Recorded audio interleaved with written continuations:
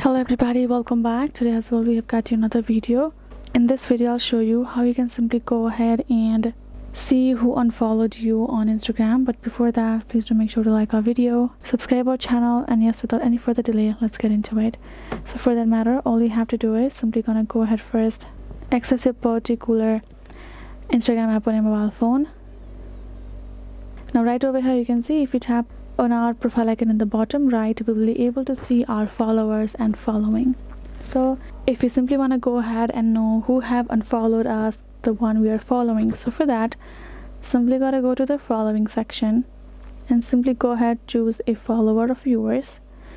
So let's say this is the one, and now we're gonna go to their following, and if our ID appears on top, that means that person is also following us. But for example, we're gonna go back, and now let's go ahead, tap on a user. So let's say for example this is the profile. Right now we go to their following, and if we want to see our name on top, that means they have unfollowed us and no longer is following me. So that is how you can simply know. You can make sure to do that, but there is no certain way that you will receive a notification regarding it. You cannot, but that is how basically it's done. Hope this video was helpful to you all. Thank you so much for watching, and yes, I'll see you guys in our next video.